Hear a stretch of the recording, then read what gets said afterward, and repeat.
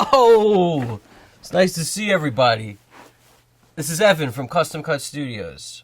Deodorant with aluminum foil sucks. Get that non-aluminum foil deodorant and live a happy and healthy life. Now, a few techniques to mic a bass amp that are extremely important.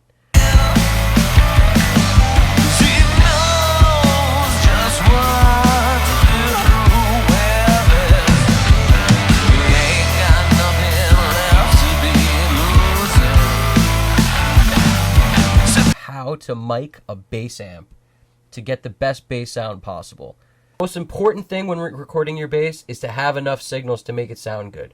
That's why the first step is to figure out a way for you to generate 3 signals from your bass that are going to give you all the parts of the bass sound that you could possibly want to create the best bass sound possible. Second most important thing when you're recording bass is to make sure that you have good microphones. The better your microphones, the more accurately you're going to get that bass sound coming out of your bass amp. Third most important thing when you're recording the bass is to make sure that you have some good outboard gear. Now, if you follow me over here, we've got a 1073 by Brent Averill Electronics, which is basically a Neve, and this unit right here has 2 throughputs. Now, what that means, it's like an input, except your signal goes in and it comes out, so that you're basically splitting your signal without losing it at all. No degradation in your signal quality. Now, your DI in is where you stick your bass. Now, you take the DI through and you send it to your bass amp. You take the other throughput and you send it to your guitar amp. The direct signal goes into your computer. Right there, I have 3 bass signals. And this is the answer to a lot of bass players' prayers because it sounds amazing. It doesn't end there. This is the first step in the chain, but that's not enough. If you want the best sounding bass possible, you need to add something else to your chain also. You need to add what I like to call the tits. You can't just use a mic pre. The 1073 by BAE is a mic pre. Second thing you need is this. A pull tech. So when we're talking about outboard gear, your first step is your mic pre. Your second step out of your mic pre, an EQP WA. It's a tube EQ and it's phenomenal. This EQ allows you to boost and cut frequencies at the same time. Pull out sounds from the bass that you wouldn't normally hear unless you have a device like this. Can you use it in post? You're counting on the fact that you can get them afterwards. I like to know for certain what I'm getting going in, listen to my bass sound, and know I'm getting a warm, sweet bass sound with all those frequencies that I want to hear before I'm mixing. So what I like to do is I use this, set my bass sound up, and I will go into the Mohawk 1176 compressor. It's my go-to for most things. Now, it's extremely fast when it needs to be, and it's slow when it needs to be also. That's the beauty of a workhorse compressor like this. And if you take your bass sound and run it through a 1073, and then into a Pultec, and then into a Mohawk Audio compressor 1176, you will be amazed at the difference in what you get. Once you come out of this, you go into the computer. Do that with just a direct signal. You'll also get amazing sounds from the bass amps, but once you have a direct signal sounding that amazing, you're living in Butterland. The answer to recording bass and making it sound good on a rock band recording, country music, anything, you need the bass to be thick. No matter what style of music you're doing, you need your bass sound to be thick and carry through the entire song. If it's going to do that, you need to use more than one track. Why would you use one track on bass and have guitar with 6 tracks because you've got 2 guitars with, you've recorded everything twice because you doubled it all. You got 12 tracks of drums because you've got kick in, kick out, snare top, snare bottom. You got all these drum mics. Why would you then turn around and put 1 track of bass on there and expect it to hold up? It's not gonna. It's gonna be thin compared to everything else. The way we get around that, we take 1 mic on the bass amp and pick up as much of the low end as we can. I like to use a D12, which is a really good old school kick mic. That's my mic of choice on a bass amp. Or an M88. I'm a huge fan of the Beyer Dynamic M88 for miking bass amps or kick drums or snare drums. It's probably my favorite mic of all time, including also one of my favorite mics of all time is this mic right here.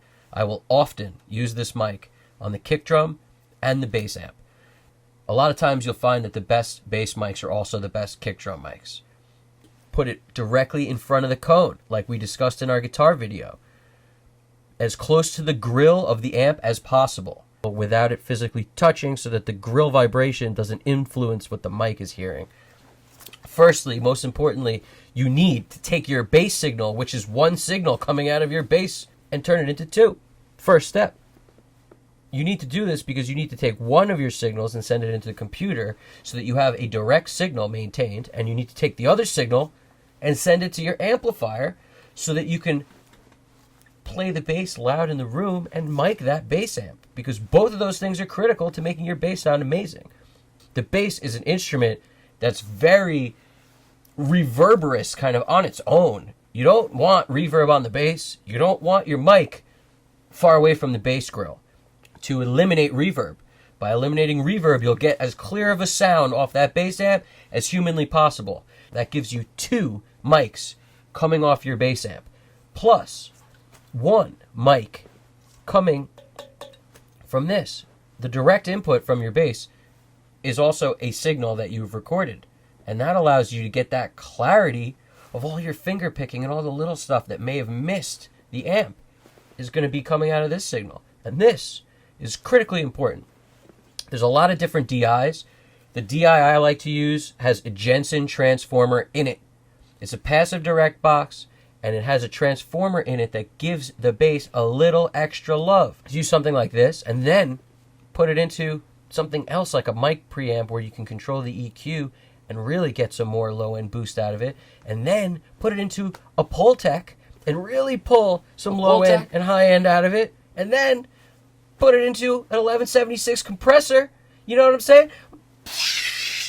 That's just how you make the bass sound as amazing as humanly possible. And then control how much of which you use in the mix, decide which sounds better. Maybe you want more amp sound, maybe you want more direct sound. Then decide how much compression you want on it. Once you do all this with two signals instead of one, I promise you'll be happier. Once you do it on three signals instead of two, I promise you'll be happier. There's a purpose to recording three different signals on the bass.